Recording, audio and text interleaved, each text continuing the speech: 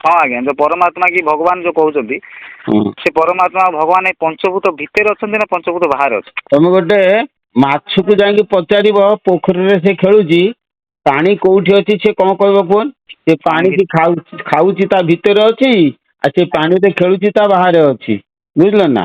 द्वितीय उदाहरण हूँ जड़े मनुष्य को पचार पवन कौटी अच्छी से कौन कह ता चारिकटे पवन अच्छे ता भितर भी पवन अच्छी है आज्ञा आज्ञा से प्रकार परमात्मा सबुठी अच्छा भितर बाहर सबुआड़े। हाँ आज्ञा हाँ ना ये कथा ही पचार समय बहुत समय मुझे माने परमात्मा परमात्मा सबुठी सब जगार ओतप्रोत भाव में पूरी रही। आज्ञा आज्ञा आज्ञा धन्यवाद आज्ञा धन्यवाद।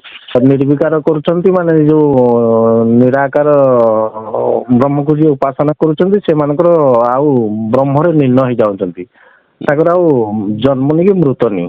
हाँ आउ इटा तो गोटे वैकुंठ मार्ग आ गोटे आज्ञा पाप नरक मार्ग तीन मार्ग कहते आज्ञा जे आज्ञा जो ब्रह्मरे मनीष एत साधना करी आज्ञा ब्रह्मरे जो लीन हो जाऊँच आ जन्म नहीं मृत नहीं ताले सेठी जो रोचंती से चाहिए आउ आसीपारे आज्ञा तांकर तो स्थिति नहीं कि आसवे केमती मु गोटे बुझे दूसरी शुण आज्ञा गोटे पंक अच्छी पोखरी रे आज्ञा पंक अच्छी एवं ता ऊपर पानी भी अच्छी आज्ञा पंक धरू गोटे पवन फुटका बाहरला आज्ञा ये पानी की अतिक्रम कर ऊपर को आसला ऊपर आसला जल उपर से कौन कला ना फुटीगला आज्ञा फुटीगला से जो पवनटा पंक धरू आसी सी जल उपर फाटी जाकि मिशीगला पवन धियर आज्ञा से पवन टाक आ मिल कि ना मिलनी आज्ञा से मिशीगला। हाँ सेटा कहले आप ठीक ब्रह्मलीन हाँ ब्रह्मलीन माने सीटा जे आज्ञा सीटा भावुली जो कहली यदि ब्रह्मरे लीन हो जाऊँ इच्छा कले भी आसीपारे आ इच्छा कले भी जापर ताकर बा स्थिति नाही आ आसीबे किमिति ता ना होची अपुनरागमनम पुनर आगमन नाही सेतिरे आज्ञा आज्ञा बुझले कि जही चली जीव नफेरे से मो परम धाम आज्ञा जद्गत्वान निवर्तन्ते तधाम परमं मम आज्ञा जोटा को जाइकी लोक आ फेरे ना सेटा होची मोर परम धाम गीता लेखा होची तेणु से जगह आ निजर तो स्थिति नहीं आसो किमिति किंतु जीवा आसवाटा केवल देवलोक आ पितृलोक रे হয়। आज्ञा आज्ञा देवलोक पितृलोक रे जन्म मृत्यु चक्र रे से माने थांती तेणु जाहिंकिरी पुणी फेरती गोटे कथा होची कौन जे पितृलोक रे गले से माने पापात्मा पुणी आसिकी पुणी जघन्य पाप कर्म रे पड़ती देवलोक रे गले से माने होची पुण्यात्मा पुणी फेरिक आसिकी से कौन करती ना पुण्य लोक मूल जन्म ग्रहण करी उच्च उच्चतर साधना करी पुणी ब्रह्मलीन हवाई चेष्टा करती। आज्ञा आज्ञा बुझल कि कथा है शुण जे शुण खाली शुण मु कहूँ जे आमर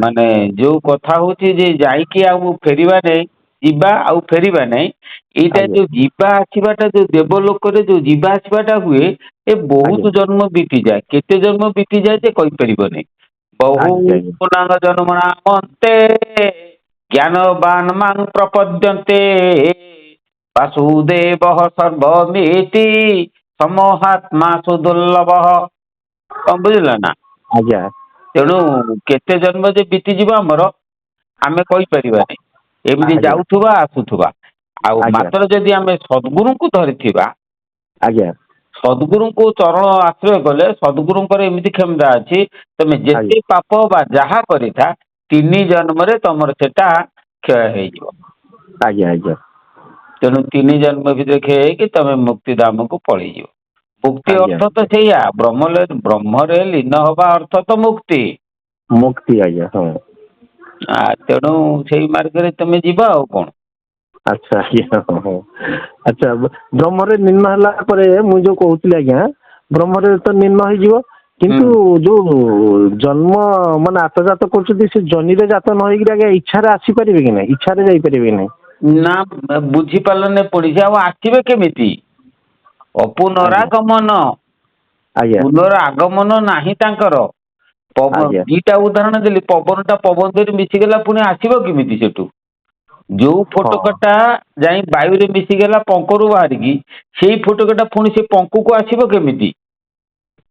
ନା ଠିକ କହିଲେ ଆଜ୍ଞା, ହଁ ବୁଝିଲି ସେଟା ଯେ ଆଜ୍ଞା, ସେଇଟା ମୁଁ ପଚାରୁଥିଲି ଆଜ୍ଞା ସାର୍ ଆପଣଙ୍କୁ। ନାଇଁ ଠିକ ଏଇଟା କହିଲେ କଥା।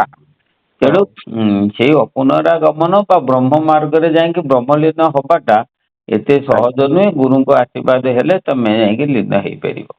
ଆଜ୍ଞା ଆଜ୍ଞା ଆଜ୍ଞା ଠିକ କଥା ଆଜ୍ଞା, ଆପଣଙ୍କର ତ ୟୁଟ୍ୟୁବରେ ମୁଁ ଦେଖୁଛି, ତେଣୁକରି ଆଜ୍ଞା ସେଇ ଯୋଉ ଆଜ୍ଞା କଥାଟି ପଚାରିଲି ଆଜ୍ଞା ଆପଣଙ୍କୁ ଆଉ। ତମେ ୟୁଟ୍ୟୁବ ଦେଖ, ୟୁଟ୍ୟୁବ ଆଜ୍ଞା ଦେଖିସାରିଲା ପରେ ଯାହା ତମର ସନ୍ଦେହ ହଉଛି ଏଇ ଆଜ୍ଞା 7ଟାରୁ 9ଟା ଭିତରେ ହିଁ ମତେ ପଚାରିବ।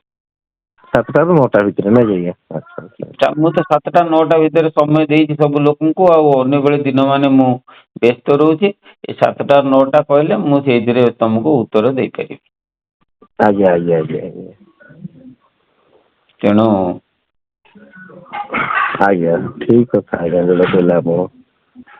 ମୁଁ ଆମର ଆଜ୍ଞା ହୁଁ, ଆଜ୍ଞା ଆଉ ଜଣଙ୍କର ଆଜ୍ଞା ଇଏ ନାଁ ଟା ମନେ ପଡୁନି, ସେ ମାନେ ପ୍ରବଚନ ଦଉଥିଲେ ଆଜ୍ଞା ହୁଁ।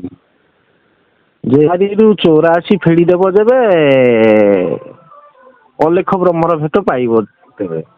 ସିଏ ଶୁଣ, ସିଏ ତାଙ୍କ ମତରେ କହୁଛନ୍ତି ହେଲା କି, ଆଜ୍ଞା ଆଜ୍ଞା 84 ଫେଡିଦେବ, 84 ଶବ୍ଦର ଅର୍ଥ ମୁଁ ତମକୁ ବୁଝେଇ ଦଉଛି ଶୁଣ।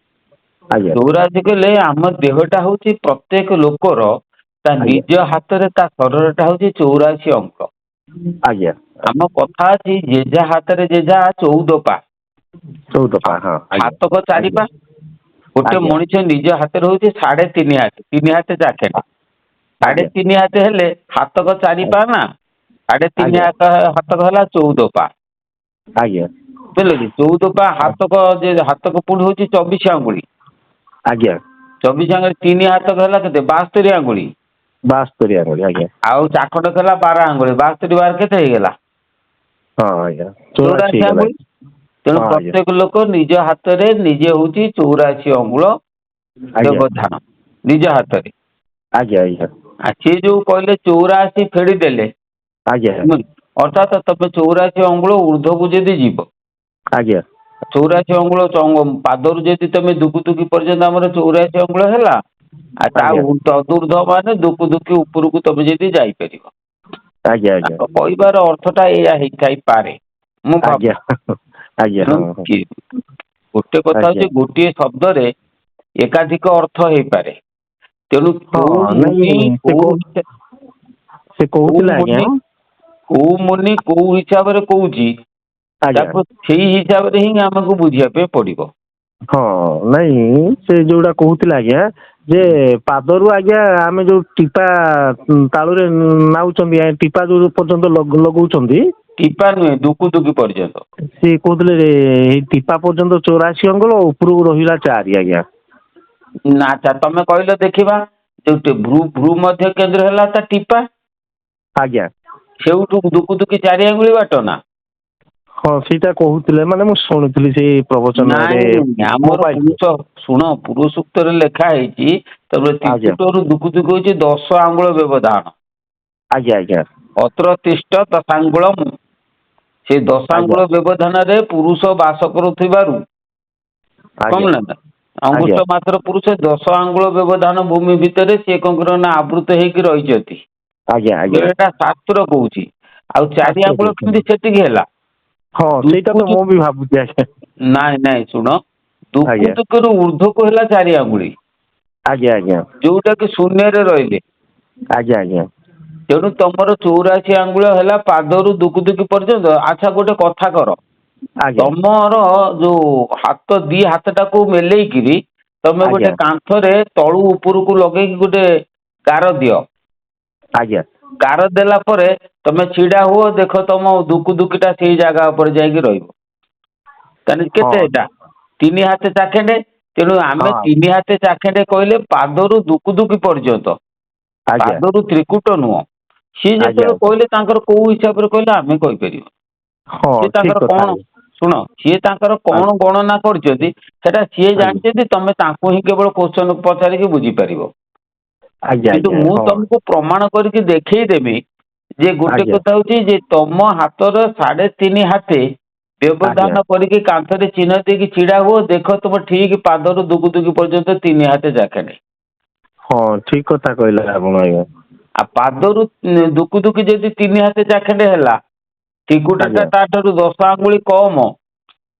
ହଁ ତାମାନେ ହଁ ଶୁଣ, ଆମ ଶରୀରଟା ଯଦି 84 ଅଙ୍ଗୁଳ ହୁଏ, ଆମର ତ୍ରିକୁଟଟା 10 ଆଙ୍ଗୁଳି କାଟିଦେଲେ 74 ଆଙ୍ଗୁଳି ହବ। ହଁ ଆଜ୍ଞା ଠିକ କହିଲେ ଆଜ୍ଞା। ତେଣୁ ଇଏ ଯଦି 74 ଆଙ୍ଗୁଳି ହବ, 4 ଆଙ୍ଗୁଳ କୋଉଠି ଅଛି ମୁଁ ତ ଜାଣିନି। ସିଏ ତାଙ୍କର ଯଦି ହଁ ତାଙ୍କ ସାଧନାରେ ଜାଣିଥିବେ, ମୁଁ ଜାଣିନି ବାପା। ହଁ ନାଇଁ ଆଜ୍ଞା, ସେଇଟା ଏଇ ଯୋଉ ମୋବାଇଲ ମାଧ୍ୟମରେ ଦେଖୁନି ଆଜ୍ଞା ଯୋଉ ଗୁଡାକ, ସେଇ କହୁଛନ୍ତି ତାଙ୍କ ନା ନାମ। ନା, ମୋବାଇଲରେ ବହୁତ ଲୋକ ବହୁତ କଥା କହୁଛନ୍ତି, କିନ୍ତୁ ଆଜ୍ଞା। ସେଇ ଲୋକମାନେ ତମକୁ ମୋବାଇଲ ନମ୍ବର ଦଉଛନ୍ତି ନା? ନମ୍ବର ଆଜ୍ଞା, ହଁ ନମ୍ବର ଦଉଛନ୍ତି କିନ୍ତୁ କେବେ ମୁଁ କରିନି ଆଜ୍ଞା। ଯଦି ନମ୍ବର ଦଉଛନ୍ତି, ତମେ ଆଜ୍ଞା। ସେ ନମ୍ବରରେ ତାଙ୍କୁ ଏଇ ସନ୍ଦେହଟା ତାଙ୍କୁ ପଚାରିଲେ ସିଏ ମୋଚନ କରିଦେଇ ପାରିବେ। ସେ କଣ ଆଚ୍ଛା ଆଚ୍ଛା। କହିବେ, କଣ ଧରିବେ। କିନ୍ତୁ ତମେ ଆମ ଠାରୁ ତ ଏଇ ଉତ୍ତର ପାଇଲ, ତାଙ୍କୁ ହଁ ପଚାର 4 ଆଙ୍ଗୁଳିଟା କୋଉଠି ଅଛି, ସେ କହିଦେବେନି। ଆଉ ତାଙ୍କୁ ପଚାର ଯେ ପାଦରୁ ତ୍ରିକୁଟ ପର୍ଯ୍ୟନ୍ତ କେତେ ଆଙ୍ଗୁଳି ବ୍ୟବଧାନ, ତାଙ୍କୁ ଟିକେ ପଚାରିଦେଲେ ସିଏ କହିବେ। ସିଏ ଯଦି କହିବେ ପାଦରୁ ତ୍ରିକୁଟ 84 ଆଙ୍ଗୁଳ, ତାହେଲେ ତମେ ଆଜ୍ଞା। କହିବ 84 ଆଙ୍ଗୁଳିଟା ହେଲା 3.5 ହାତେ। ତମେ 3.5 ହାତେ ଗାର କାଢି ଦେଇକି ଦେଖନି ତମ ତ୍ରିକୁଟ ପାଖରେ ରହୁଛି କି ଦୁକୁଦୁକି ପାଖରେ ରହୁଛି, ପରୀକ୍ଷା କରିକି ଦେଖ। ଠିକ ଠିକ ଆଜ୍ଞା, ଆପଣ ଯୋଉଟା କହିଲେ ଠିକ କହିଲେ। ହଁ ଆଜ୍ଞା। ବାସ୍, ଆଉ ତେଣୁ କେମିତି ହବ? ଠିକ କଥା, ଯୋଉଟା କହିଛନ୍ତି ଆପଣ ଠିକ କହିଛନ୍ତି ଆଜ୍ଞା। ହୁଁ ହଁ ନାଇଁ ସେଟା ପଚାରିବା ଫୋନ କରିକି ସେଟା। ତାଙ୍କୁ ଫୋନ କରି ପଚାର, ଫୋନ ନମ୍ବର ତ ଦଉଛନ୍ତି। ଆଉ ବିଶମ୍ବର ତ ଟୋଟାଲ ଫୋନ ନମ୍ବର, ନାଁ, ଗାଁ, ଠିକଣା ସବୁ ଗୁଡାକ ଦେଇ ଦଉଛି। ଆଜ୍ଞା ହଁ, ଆପଣଙ୍କର ମୁଁ ଦେଖୁଛି ଆଜ୍ଞା ୟୁଟ୍ୟୁବ ଆଜ୍ଞା, ବଢିଆ ଆପଣ ଯାହା ବୁଝଉଛନ୍ତି ଆଜ୍ଞା ହୁଁ ଲୋକମାନଙ୍କୁ, ମାନେ ଯିଏ ଆପଣଙ୍କୁ ଫୋନ କରି ପଚାରୁଛନ୍ତି, ଯୋଉ ମାର୍ଗରେ ବୁଝୁଛନ୍ତି, ହୁଁ ସେମିତି ଆଜ୍ଞା ମୁଁ କାହିଁ ଦେଖୁନି ଏମିତି ଆଜ୍ଞା, ଟିକେ ଗୋଟେ ଆଜ୍ଞା ସେମିତି ବୁଝେଇଲା ଭଳିଆ ଆପଣଙ୍କ ପରିକା। ହୁଁ ହୁଁ। ହଁ ଦେଖୁଛି ଆଜ୍ଞା ଆପଣଙ୍କର। ହଉ, ଭଲ ହେଲା, ଖୁସି ହେଲି ଶୁଣିକି। ଆଜ୍ଞା ହଁ। ଆଚ୍ଛା ଆଜ୍ଞା, ହଉ। ହଉ ଆଜ୍ଞା, ମୁଁ କେତେବେଳେ କରିବି ଆଜ୍ଞା, କୌଣସି ସନ୍ଦେହ ହେଲା ଆଉ। ହଉ ହଉ।